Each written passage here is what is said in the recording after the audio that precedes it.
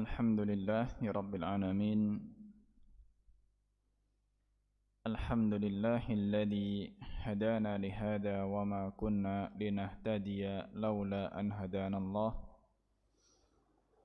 Wa ashhadu an la ilaha illallah wahdahu la syarika lah. Wa ashhadu anna Muhammadan abduhu wa rasuluh sallallahu alaihi wa ala alihi wa ashabihi wa man tabi'ahum bi ihsanin ila yaumiddin wa sallama tasliman katsira amma ba'd.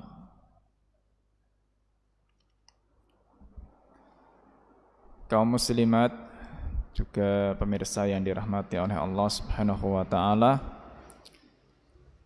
alhamdulillah, puji dan syukur kita panjatkan atas kehadirat Allah Subhanahu wa taala.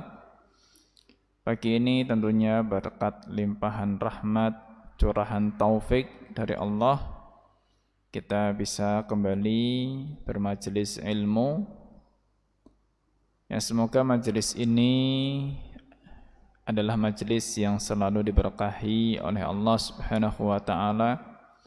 Kita sangat mengharapkan kehadiran kita di majelis ini membawa dan menghadirkan banyak manfaat, baik untuk diri kita juga untuk orang lain, dan terkhusus untuk diri pribadi dan untuk semuanya. Semoga selepas dari kajian ataupun majelis yang kita hadiri, baik di tempat ini maupun di tempat yang lain, kita mendapat tambahan keimanan, ketakwaan, tambahan kedekatan dengan Allah Subhanahu wa taala.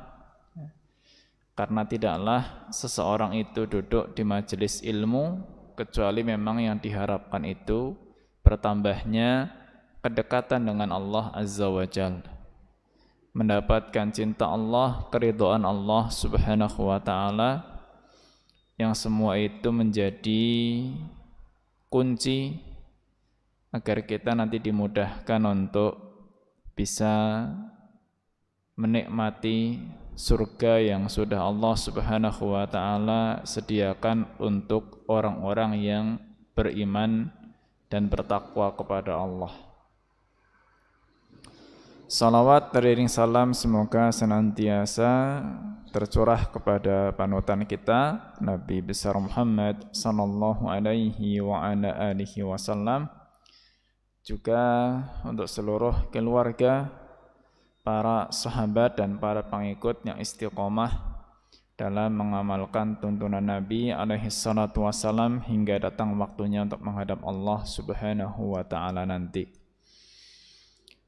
Baik kaum muslimat dan kaum muslimin yang dirahmati oleh Allah Subhanahu wa taala, pagi ini kita akan lanjutkan kajian hadis ahkam atau kitab Umdatul Ahkam, dan tema kita di kesempatan pagi ini adalah hadis tentang masalah kain kafan, ya, kain kafan untuk jenazah.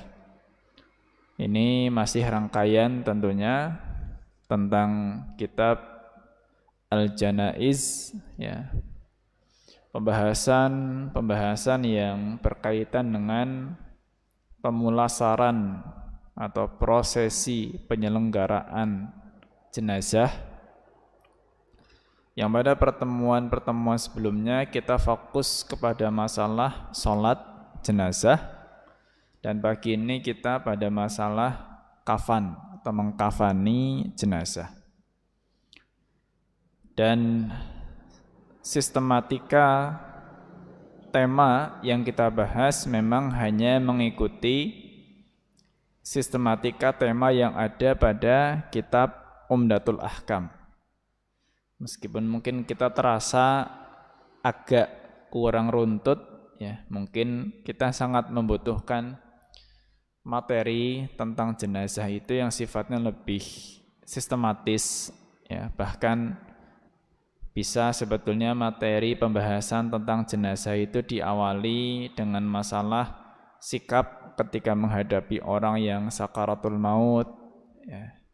Kemudian nanti pembahasan tentang memejamkan matanya bagaimana, ya. Kemudian setelah memejamkan mata, sikap yang terbaik setelah itu apa yang dilakukan kepada jenazah, kemudian memandikan, ya, siapa yang berhak memandikan, bagaimana proses pemandiannya, rukunnya, sunnahnya, ya, hal-hal apa saja yang perlu diperhatikan dalam pemandian, kemudian mengkafani, hal-hal apa saja yang perlu diketahui dalam mengkafani, kemudian sholat, sampai pemakaman. Itu kalau kita gambarkan secara runtut, ya, masalah pemulasaran jenazah. Namun sekali lagi saya menyampaikan bahwa urutan atau sistematika pembahasan yang disampaikan pada kajian pagi ini dan juga kedepannya itu hanya mengikuti sistematika yang ada pada kitab Umdatul Ahkam. Ya, jadi pertama dulu dibahas tentang jenazah ini adalah sholat ghaib. Kemudian pembahasan tentang sholat jenazah di atas kuburan. Sekarang tentang kafan, ya, pengetahuan kita tentang kain kafan juga nanti serba-serbi berkaitan dengan proses mengkafani jenazah itu seperti apa, ya. Kita akan terlebih dahulu baca hadis yang akan kita ambil faidahnya di kesempatan pagi ini. Nanti seperti biasa saya menambahkan beberapa hal yang sekiranya penting berkaitan dengan pengkafanan jenazah. Bismillahirrahmanirrahim. Qala al-muallif rahimahullahu ta'ala an Aisyah radhiyallahu anha anna Rasulullah sallallahu alaihi wasallam kuffina fi thalathati aswabin bidin sahuliyatin laisa fiha qamisun wala imamatun, rawahul Bukhari wa Muslim. An Aisyah, dari Aisyah radhiyallahu anha, anna Rasulullah sallallahu alaihi wasallam kuffina, bahwa Rasul alaihi salatu wasallam itu dikafani, ya. Jadi ini cerita atau gambaran tentang bagaimana dulu Rasul alaihi salatu wasallam itu dikafani. Bahwa Rasul alaihi salatu wasallam itu dikafani fi thalathati aswabin, dengan 3 lembar kain, 3 lembar kain bidin, yang berwarna putih, sahuliyah, dari daerah Sahul, yaitu salah satu daerah di negeri Yaman. Itu asal kainnya, ya. 3 kain putih dari daerah Sahul. Laisa fiha qamisun, tanpa baju, ya. Jadi jenazahnya tidak pakai baju, cukup 3 kain itu. Wala imamah, tidak juga menggunakan. Mana dulu pengkafanan yang dilakukan terhadap Nabi sallallahu alaihi wasallam. Dan tentu perlakuan terhadap Nabi alaihi salatu wasallam itu adalah perlakuan yang terbaik. Ya, perlakuan yang terbaik. Karena Nabi SAW adalah manusia yang terbaik. Maka semua yang dilakukan terhadap Nabi SAW oleh para sahabat juga pasti sudah menjadi pilihan yang terbaik. Sesuai dengan sunnah-sunnah yang diajarkan oleh Nabi SAW semasa hidupnya. Bagaimana beliau mengajari untuk mengkafani jenazah, maka itu juga yang diterapkan kepada Nabi SAW saat beliau wafat. Ya, jadi ini bukan semata-mata ijtihadnya para sahabat. Ya, para sahabat tidak mungkin dalam memproses pemulasaran jenazah Rasul SAW itu sembarangan. Ya. Kita saja kalau ada orang meninggal dan yang meninggal itu punya kedudukan, entah dia pejabat apa, ya. Banyak orang itu memikirkan sebuah prosesi yang sempurna, ya, sebuah prosesi yang sempurna. Bahkan malah justru saking inginnya prosesi yang sempurna, yang terjadi malah sesuatu yang berlebihan. Nah, namun tentu yang dilakukan terhadap Nabi SAW sebaik-baik manusia itu juga pasti sebaik-baik perlakuan. Dan lihat bagaimana di sini disebutkan bahwa ketika Nabi SAW itu wafat, meninggal dunia, beliau itu dikafani, ya, dalam kondisi mohon maaf tidak berpakaian. Ya. Nabi SAW dalam hidupnya biasa pakai komis, ya, pakai baju panjang. Ya, komis itu kalau zaman sekarang ya kita nyebutnya itu jubah sebetulnya. Jubah panjang. Dulu disebutnya namanya komis. Cuma kata komis kalau pada hari ini itu mengalami pergeseran arti. Ya, jadi kalau kita belajar bahasa Arab pada hari ini, kata komis kita nyari di kamus itu ketemunya artinya kemeja, komis. Ya tentu zaman Nabi SAW nggak ada kemeja. Maka komis kalau muncul dalam hadis Nabi SAW itu artinya baju yang sekarang kita kenal dengan nama jubah panjang. Ya, jadi ketika Nabi SAW wafat itu nggak dipakaikan baju dan juga tidak menggunakan sorban sebagaimana itu termasuk kebiasaan Nabi SAW ketika hidup. Beliau biasa pakai sorban untuk kepalanya. Namun ketika wafat, bajunya, sorbannya itu tidak dikenakan, tidak dipakaikan. Ya. Beliau hanya dibalut, ya, ditutup atau mungkin kita katakan dibungkus dengan 3 kain saja berwarna putih. Ya.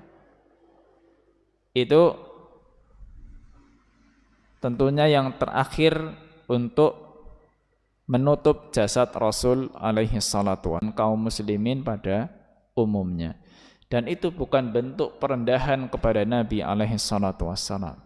Justru kalau kita ingin memuliakan seseorang ketika kematiannya, maka muliakanlah orang itu dengan cara memprosesi jenazahnya sesuai dengan sunnah Nabi Sallallahu Alaihi Wasallam.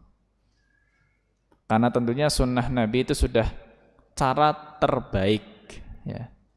Kita nggak perlu, ya kalau mungkin istilah orang itu overthinking, ya, berpikir berlebihan itu ketika keluarga itu meninggal kok kepengennya yang lebih wah daripada perlakuan terhadap Rasul alaihi salatu wassalam. Maka itu gambaran dari kafan yang digunakan untuk menutup jasad Rasul alaihi salatu wassalam. Warnanya putih ya, dan beliau tidak dipakaikan baju dan sorban. Dalam hadis ini, kaum muslimat yang dirahmati Allah Subhanahu wa taala, ada faedah pokok ya, sebelum nanti saya menambahkan beberapa permasalahan berkaitan dengan masalah kafan. Dari hadis yang sudah disampaikan dan dibacakan tadi, tentu faedah pertamanya adalah wajibnya menutup tubuh jenazah ya. Wajibnya menutup tubuh jenazah dengan kain sebelum dimakamkan ya, wajib menutup tubuh jenazah dengan kain sebelum dimakamkan. Jadi mengkafani itu hukumnya wajib ya, mengkafani itu hukumnya wajib. Pertanyaannya, seberapa kadar tubuh yang wajib untuk ditutup ya, seberapa kadar tubuh yang wajib untuk ditutup. Nah, coba kita ya, saya misalkan nih, saya laki-laki. Laki-laki kan auratnya itu hanya antara pusar dan lutut. Ya, hanya antara pusar dan lutut. Sekarang kalau misalkan laki-laki itu meninggal dunia, boleh enggak kalau kafannya itu hanya untuk menutup antara pusar dan lutut saja, karena itu yang dipandang sebagai aurat ya. Tentu kita sepakat ya bahwa kafan yang sesuai dengan sunnah ukurannya ya menutup seluruh tubuh ya, menutup seluruh tubuh, itu yang sesuai dengan sunnah sebagaimana dilakukan oleh para sahabat radhiyallahu taala anhum. Ya, cuma di sini pertanyaannya, apakah itu sampai kepada kadar wajib? Ya, wajib untuk menutup seluruh tubuhnya, atau sebetulnya yang wajib itu hanya bagian auratnya saja, kemudian di luar aurat itu hukumnya sunnah untuk ditutup. Maka di sini memang ada dua pendapat. Ya, ada dua pendapat. Di mana pendapat pertama mengatakan bahwa yang wajib untuk ditutup itu hanya sebatas auratnya saja. Ya, sebatas auratnya saja. Dan pendapat yang kedua mengatakan bahwa kadar yang wajib ditutup itu adalah seluruh tubuhnya, baik yang aurat maupun yang bukan aurat. Dan tentu pendapat yang kedua ini ya, yang insya Allah lebih hati-hati, sehingga setiap jenazah pasti akan ditutup seluruh tubuhnya ya, seluruh tubuhnya mulai dari ujung kepala sampai ujung kaki ya. Tidak sedikit ulama berpandangan itu wajib ditutup semuanya ya. Maka itu faedah yang pertama dari hadis tadi ya, bahwa wajibnya menutup tubuh jenazah seluruhnya ya, sesuai dengan pendapat yang paling hati-hati. Kemudian faedah yang kedua dari hadis yang tadi kita bacakan, disunnahkan untuk kafan itu berjumlah 3 lapis. Ya, disunahkan jumlahnya 3. Wajibnya berapa? 1. Ya, kalau 1 sudah cukup menutup ya, karena ukurannya lebar, panjang dan juga cukup tebal untuk menutup seluruh tubuh jenazah dan tidak menerawang ya. Tidak terlalu tipis ya, sehingga transparan gitu misalnya. Maka 1 cukup untuk membungkus menutup jenazah itu. Cuma sunnahnya 3. Ya, sunnahnya 3 lapis minimal. Seperti yang disebutkan dalam hadis Nabi SAW bahwa Nabi itu dikafani dengan 3 kain. Dan disunnahkan juga bahwa kain itu berwarna putih. Disunnahkan berwarna putih. Ya, kalau dibungkus pakai warna selain putih, ya sebetulnya nggak apa-apa. Ya, cuma kayaknya agak-agak kurang mungkin nanti kurang enak dilihat ya. Kain kafannya kok hijau gitu, karena fanatik dengan warna hijau akhirnya pakai hijau. Mungkin beli kain kafan warnanya merah gitu. Kenapa kok merah? Ini dulu partainya warna merah, jadi mintanya kain kafannya warna merah. Ya, dari sisi sah tidaknya sah-sah saja. Ya. Cuma dari sisi sunnahnya itu kurang sesuai dengan sunnah. Ya, kurang sesuai dengan sunnah. Nah, mungkin kadang ekstrim lagi kain kafannya hitam gitu. Ya. Sah saja. Hanya tidak sesuai dengan sunnah Nabi alaihi salatu wassalam. Karena sunnahnya putih. Ya, sunnahnya putih. Dan memang problem kita ya nggak tahu kalau di daerah-daerah lain, saya tidak tahu. Ini sebatas saya terjun untuk mengkafani dan memprosesi jenazah mulai dari pemandian sampai nyolati, bahkan sampai memakamkan. Selama saya terjun untuk menangani hal seperti itu di negeri kita dan khususnya mungkin wilayah kota kita ini ya, karena saya juga kayaknya nggak pernah untuk menangani jenazah di luar kota gitu, cukup di area Purwokerto aja gitu. Memang masalah kain kafan ini agak problem karena biasanya 1 agak tipis dan yang kedua kurang lebar. Ya. 1 agak tipis dan yang kedua kurang lebar. Nah, bahkan untuk jenazah yang ukuran tubuhnya itu normal saja, ya enggak terlalu besar, itu kadang kain kafan lebarnya enggak cukup untuk menutup jenazah, sehingga harus yang sudah dipaket jadi 1 perlengkapan untuk penyelenggaraan jenazah. Ya, kadang kain kafannya itu terlalu tipis, ya, kurang nyaman untuk kita mengkafani dengan kain tersebut. Ya.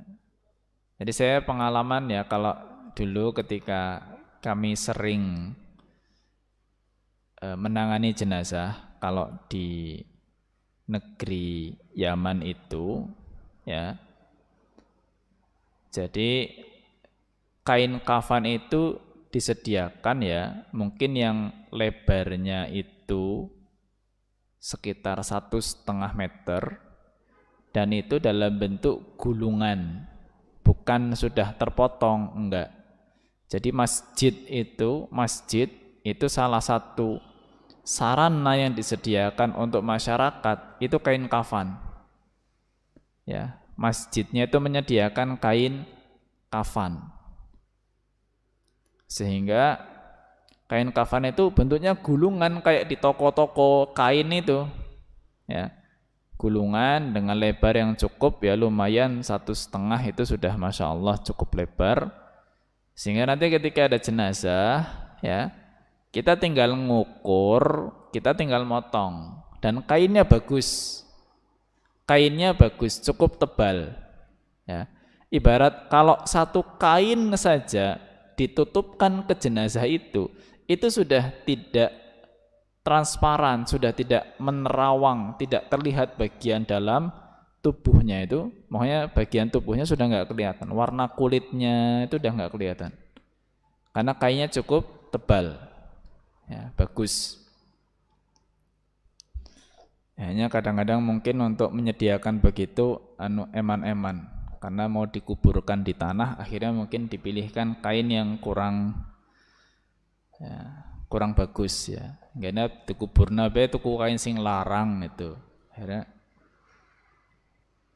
jenazah itu sangat perlu untuk ditutup.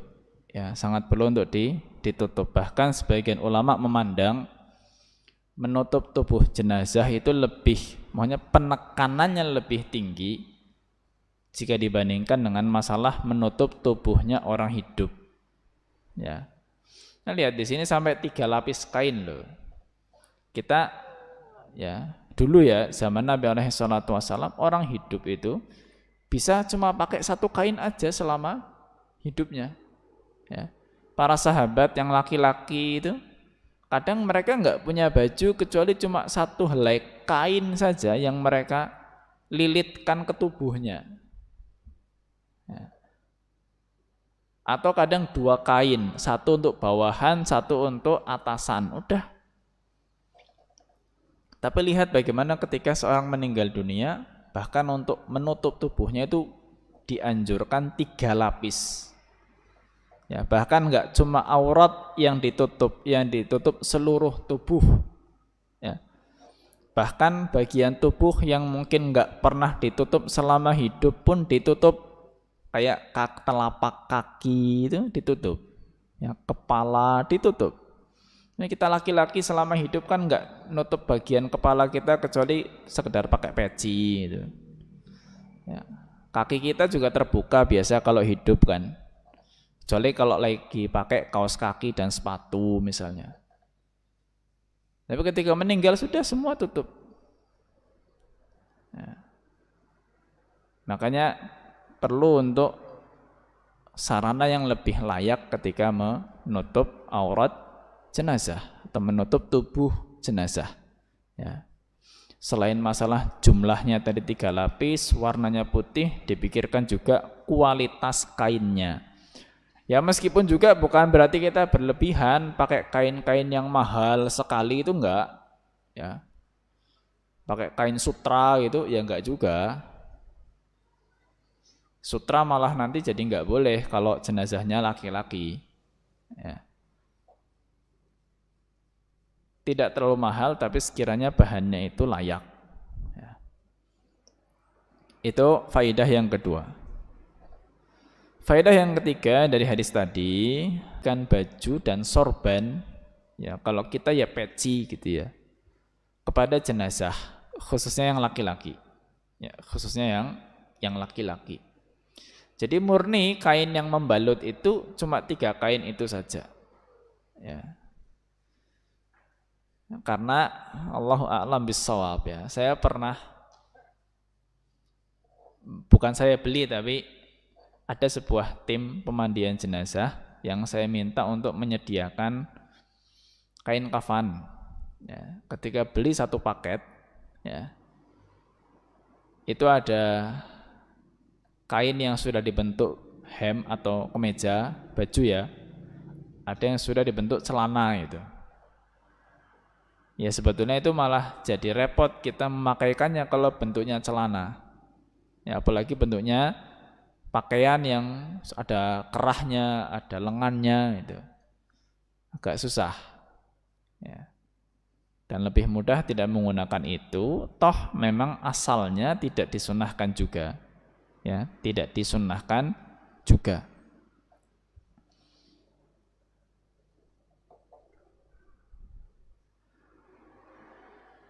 Maka asalnya hanya ditutup dengan 3 lapis kain saja.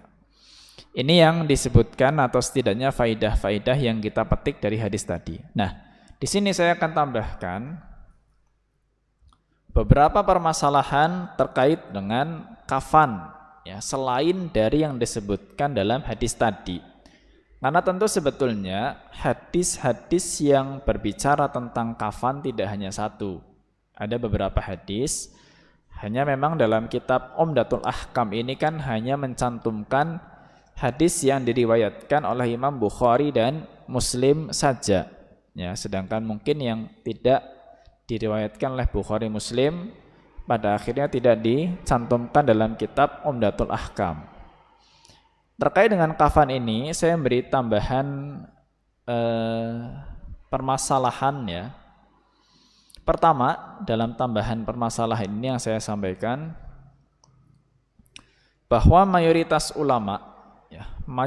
ulama berpendapat bahwa untuk jenazah perempuan, ya, kalau tadi kan contohnya Nabi kan laki-laki. Sekarang kalau jenazah perempuan, ya, menurut mayoritas ulama itu disunnahkan untuk dikafani dengan 5 lapis. Nah, kalau perempuan lebih banyak kainnya, ya, 5 lapis. Ini menurut mayoritas ulama. 5 lapis ini apa? Apa saja? Apakah 5 lembar gitu terus dibungkuskan? Jadi menurut jumhur ulama dalam kitab-kitab fikihnya itu menyebutkan 5 lapis ini ada komposisinya, ada susunannya. Pertama apa? Dikatakan izar. Izar itu sarung. Ya, ada kain yang dijadikan untuk bawahan, ya, untuk sarungan. Sarungannya jenazah, ya, satu kain untuk ditutupkan ke bagian bawahnya, ya, dari pusar ke bawah sarung. Kemudian yang kedua adalah ad-dir'u, ya, ad-dir'u itu kemudian kalau kita menerjemahkan dir'u ini kurang lebih maknanya baju kurung, ya. Jadi ada yang dibentuk baju, ya, ini untuk perempuan, ya, untuk perempuan. Jadi dibuat lubang untuk masuknya kepala gitu, nanti terus ke bawah, ya. Yang nggak usah repot-repot pakai mesin jahit, nggak usah, nggak sempet juga kita jahit baju cuma buat dipakai sama jenazah. Yang penting ada kain dipotong, nanti tengahnya itu dikasih lubang untuk masuknya kepala gitu. Baju kurung, ya. Kemudian yang ketiga adalah al-khimar, kerudung. Ya, dipakaikan kerudung menurut mayoritas ulama. Itu sudah 3, ya, itu sudah 3 lapis tuh. Sarungnya, kemudian baju kurungnya, yang ketiga kerudungnya. Nah, 2 lagi apa? 2 lagi itu adalah 2 kain panjang, lebar, yang memang digunakan untuk menutup seluruh tubuh, ya, digunakan untuk menutup seluruh tubuh, untuk membungkusnya lapisan terakhir. Itu 2 kain yang panjang dan lebar. Ini menurut jumhur yang membedakan antara kafan untuk jenazah laki-laki dan kafan untuk jenazah perempuan. Kalau laki-laki cukup 3 kain selesai, tutupkan, rampung, ya. Perempuan dipakaikan dulu 3 lapis di dalam, yaitu untuk sarungnya, baju kurungnya, dan kerudungnya. Kemudian baru ditutup dengan 2 kain di atasnya. Ini oleh jumhur ulama,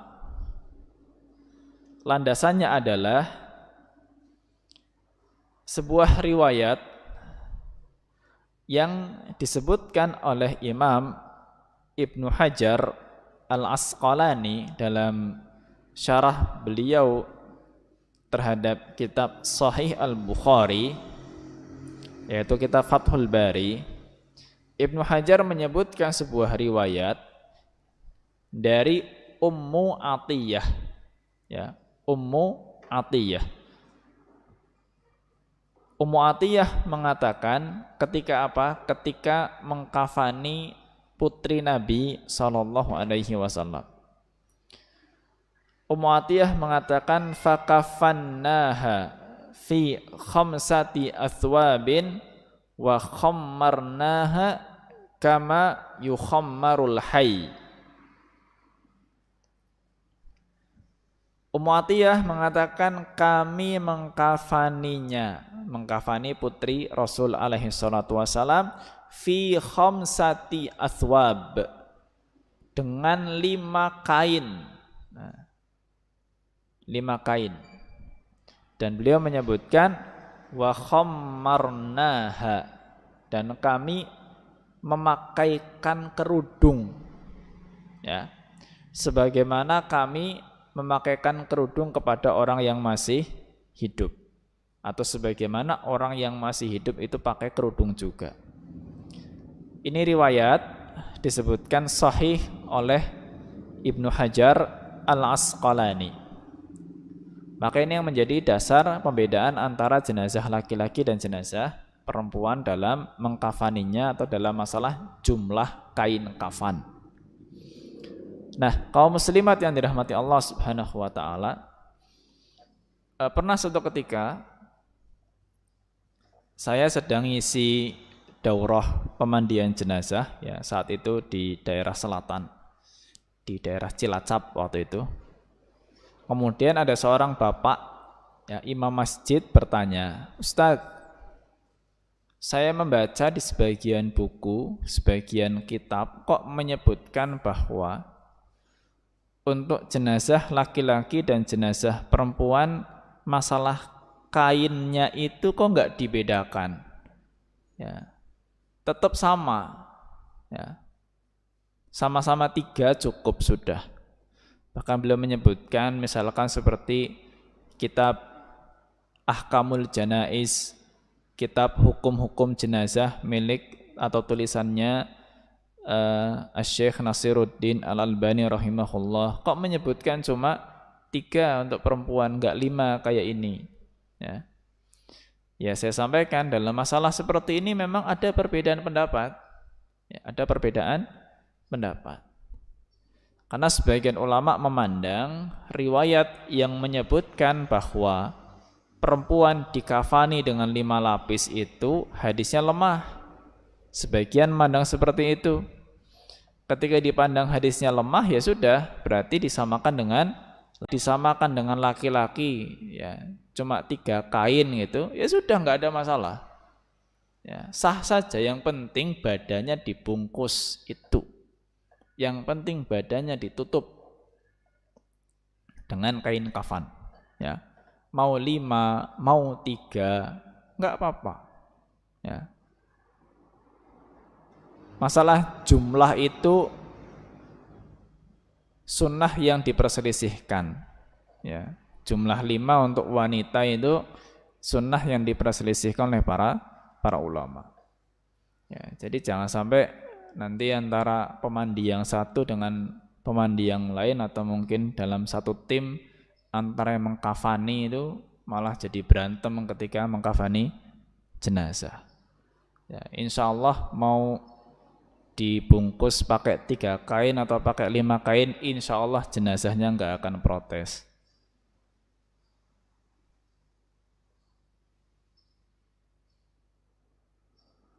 Yang 3 itu juga ada landasannya, yang mengatakan 5 juga ada landasannya, ya.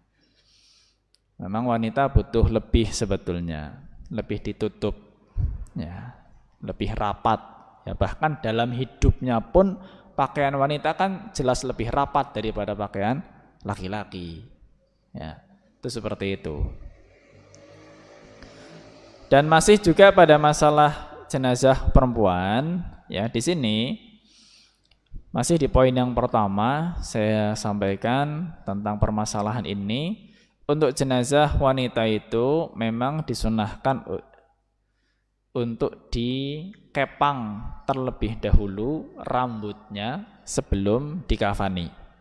Ya, dikepang rambutnya sebelum dikafani. Ini juga yang membedakan antara jenazah laki-laki dan perempuan. Ya, laki-laki kan nggak perlu dikepang. Ya. Yang dikepang perempuan. Kalau memang rambutnya panjang ya, panjang karena umumnya mungkin perempuan rambutnya lebih panjang. Dikepangnya berapa? Dikepang 3. Ya. Ya. Kalau rambutnya panjang dikepang. Kepang dulu sebelum dikafani. Jadi setelah dimandikan selesai, dihanduki seperti itu, rambutnya dikepang. Kepangnya 3. 3 itu bagian mana aja? Ya kalau biasanya kan kalau kepangan kita lihat ada 2 ya, tanduk kanan dan tanduk kiri. Ya, di atas telinga kanan, di atas telinga kiri kalau rambutnya panjang.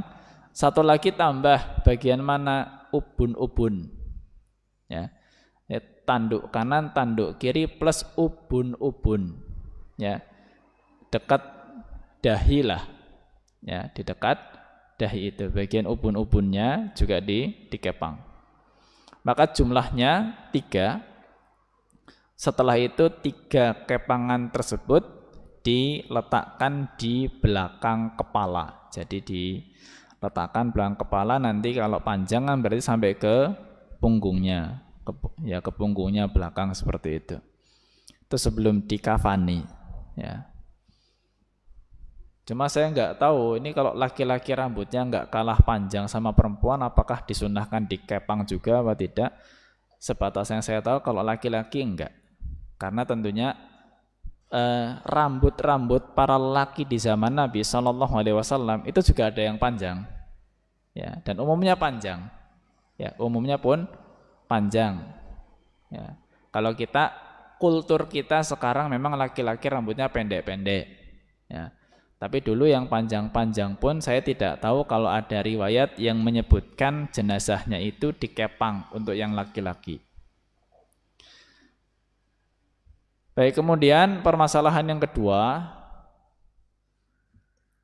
tentang kain kafan ini, disunahkan untuk memberi wewangian kepada kain kafan.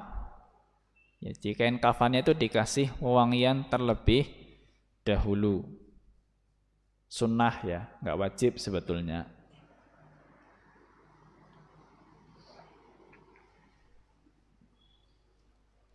Cuma kalau dulu mayyita au idza jammartumul mayyita fa ajmiruhu thalathan. Ya, jadi jika engkau memberi wangi-wangian untuk mayit, ya, jika engkau memberi wangi-wangian untuk mayit, maka berilah wewangian itu 3 kali. Nah, istilahnya tajmir, ya. Dulu bentuknya gimana ngasih wangiannya? Dulu itu pakai asap. Ya. Mungkin di antara muslimat ada yang pernah mendengar istilahnya namanya bakhur. Ya, pakai bakhur. Bakhur itu dari kayu, ya, seperti kayu gaharu itu wangi. Kalau dibakar, ya, keluar asap, ya, wangi. Nah, asap itulah yang digunakan untuk mewangikan, ya, kain. Bahkan sampai sekarang, ya, sampai sekarang kalau di negeri-negeri Arab itu bakhur itu masih dipakai. Sekarang malah ada bakhur yang bau bakhur tapi sudah pakai alat semprot. Ya, jadi semprotan wewangi ruangan gitu. Wanginya wangi aroma bakhur, ya. Kalau dulu pakai asap, ya. Kalau mau bisa dikasih wangian dulu, ya, bisa dikasih wangian dulu. Kalau tidak ya berarti nanti kan kalau pakai minyak wangi bisa diberikan di akhir, enggak apa-apa, ya. Maka wewangian itu hukumnya sunnah, ya. Wewangian itu hukumnya sunnah. Ya, kadang udah jenazah dibawa, ya, yang mengkafani ngelihat, loh, deneng parfume keri urung disiram ya. Nah, terus jenazahnya sudah terlanjur dikuburkan, ini perlu digali lagi apa enggak? Enggak usah. Ya. Jangan cuma gara-gara belum dikasih minyak wangi terus digali lagi, cuma diciprati minyak wangi kubur lagi, enggak perlu. Ya, itu sunnah. Ya, mudah-mudahan tidak terlewat. Kalaupun terlewat ya qadarullah, toh itu sunnah, maka tidak perlu untuk mengulangnya lagi kalau sudah terlanjur dimakamkan. Yang ketiga, bahwa kain kafan itu tidak harus baru sebetulnya. Ya, kain kafan tidak harus baru. Ya, kalau ada kain-kain yang layak meskipun bukan beli baru, tidak apa-apa. Ya, dipakai untuk jadi kafan, boleh. Ya, cuma kan kadang nggak sedia kain putih, ya, sehingga kain kafan itu umumnya harus beli terlebih dahulu. Tapi tidak disyaratkan harus baru. Yang penting ada kain putih.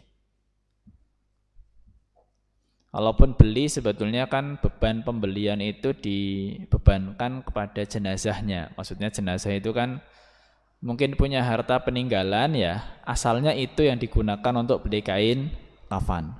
Cuma alhamdulillah ya sekarang masalah kain kafan toh ketika ada yang meninggal kan banyak yang menanggung ya. Keluarganya pun siap untuk menanggung biasanya. Keluarganya enggak siap, tetangganya juga ada yang peduli untuk menyediakan kain kafan. Alhamdulillah, masalah pembeliannya enggak menjadi problem yang terlalu besar insyaallah.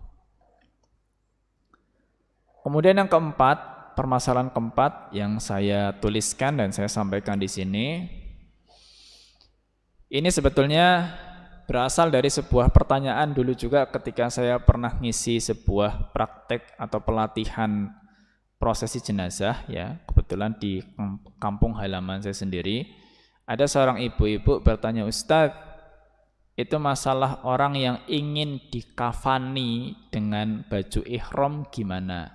Apakah memang ada anjuran atau mungkin keutamaan tersendiri ketika orang itu ingin dikafani dengan pakaian ihramnya?"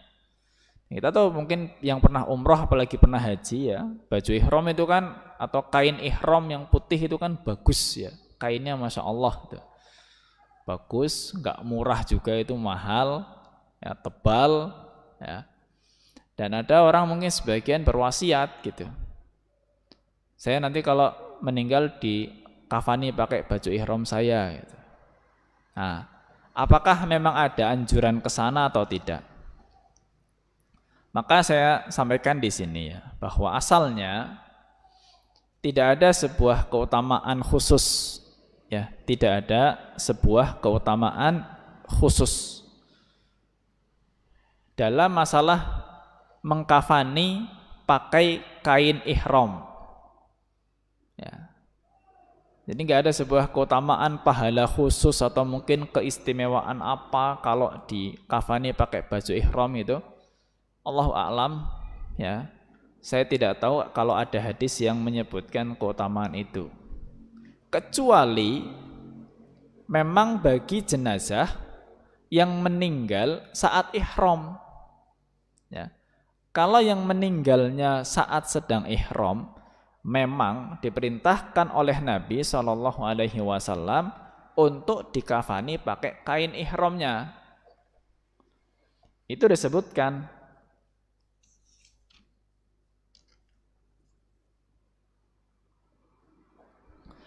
Di dalam hadis Bukhari Muslim, ya, dalam hadis Bukhari Muslim, di mana ketika ada orang yang wafat dalam kondisi ihram, Nabi SAW bersabda, "Wa kaffinuhu fi thawbaihi." Kafani dia dengan dua kain itu, ya, dengan dua kain itu. Dua kain itu apa? Kainnya yang sedang dipakai, karena dia sedang ihram.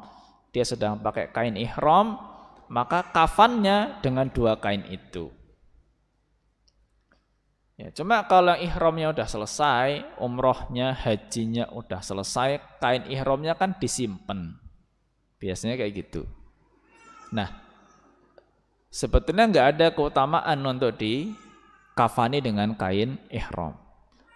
Hanya sebagian ulama membolehkan. Ya, sebagian ulama membolehkan. Jika memang jenazah itu berwasiat ingin dikafani dengan kain ihram. Ya, membolehkan.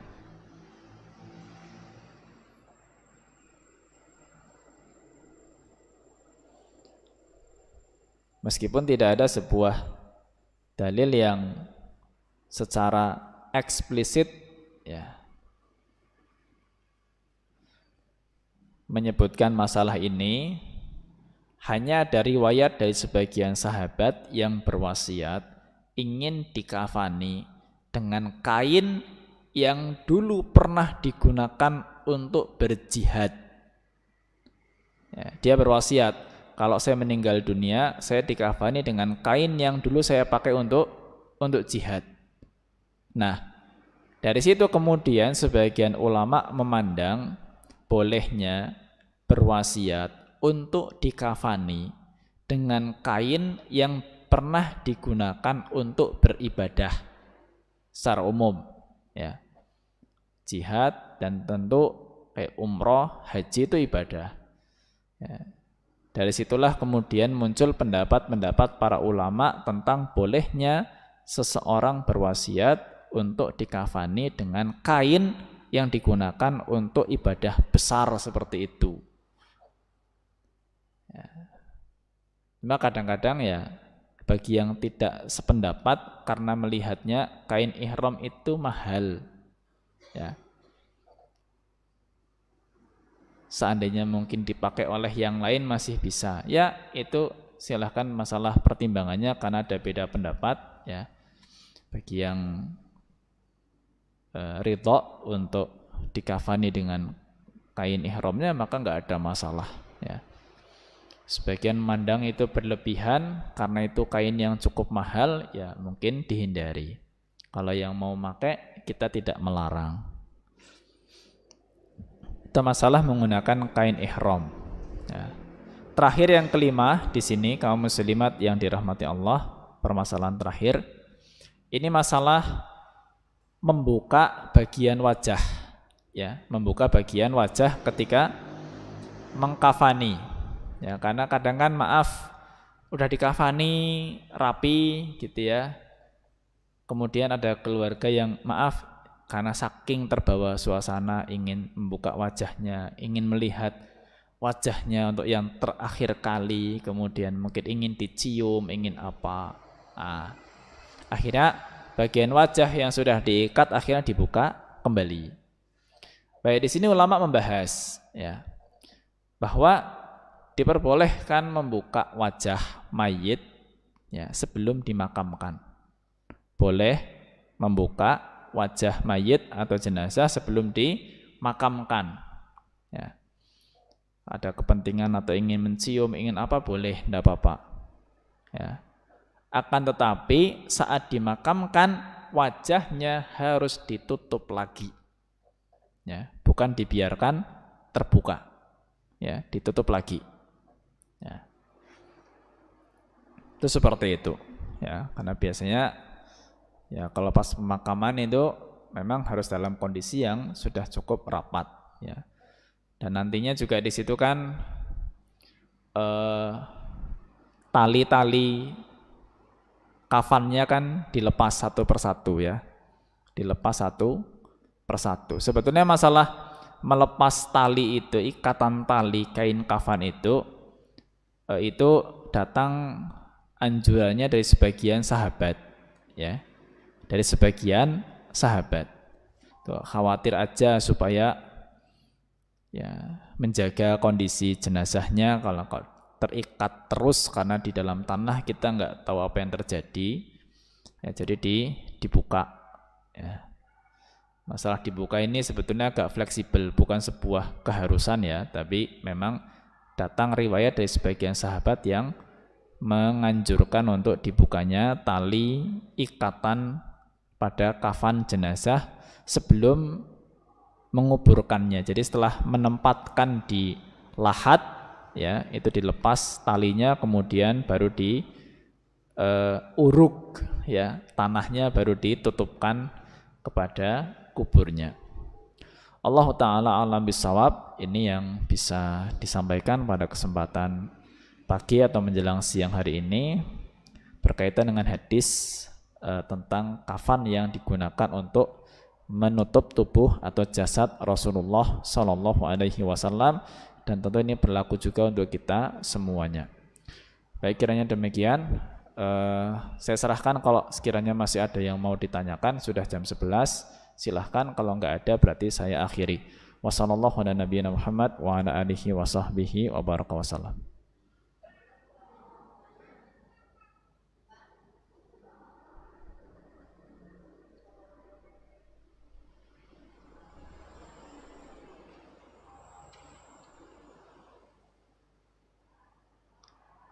Ada yang nanya?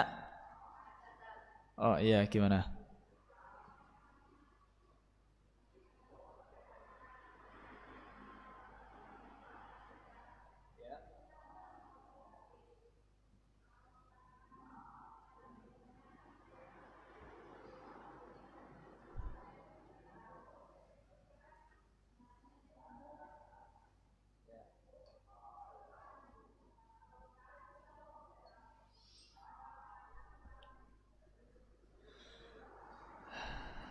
Iya. Ini kasus jenazahnya gemuk, ya. Jenazahnya gemuk. Gini, jadi sebetulnya ya, kalau masalah mengkafani jenazah yang tubuhnya cukup besar dan memang kain kafannya itu pada akhirnya tidak cukup, ya pada akhirnya ditunggu untuk sampai didatangkan kain kafan yang lebarnya mencukupi sebetulnya, ya.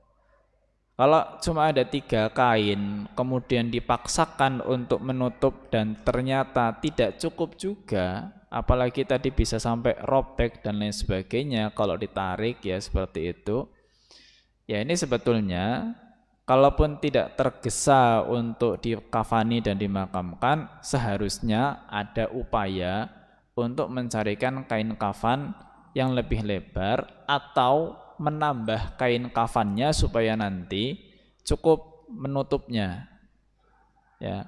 Kalau memang nggak ada kain kafan dengan lebar yang lebih bagus, lebar yang lebih mencukupi, ya udah datangkan lagi kain kafan yang mungkin lebarnya sama supaya nanti bisa untuk menumpuk, ya, menambal, ya, ketidakcukupan yang ada di situ, ya. Pada akhirnya demikian. Ya, pada akhirnya demikian. Kalau memang nggak cukup ya mau nggak mau harus ditunggu sampai mendapatkan kain kafan yang mencukupi lebarnya atau jumlahnya sampai nanti bisa menutup sempurna jenazah tersebut. Ya, kayak gitu. Allahu a'lam bishawab.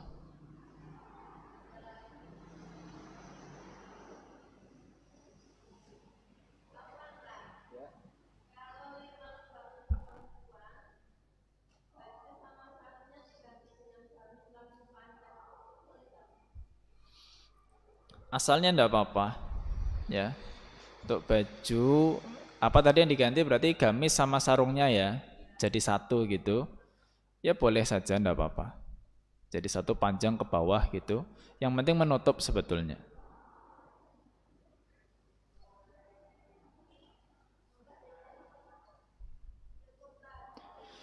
Baik, demikian yang bisa kita bahas. Semoga Allah berkahi dan mohon maaf atas banyak kekurangannya. Wassallallahu ala nabiyyina Muhammad wa ala alihi wa sahbihi wa baraka wasallam wa akhiru da'wana anil hamdulillahi rabbil alamin. Subhanakallahumma wa bihamdika asyhadu an la ilaha illa anta astaghfiruka wa atubu ilaik. Billahi taufik wal hidayah. Wassalamualaikum warahmatullahi wabarakatuh.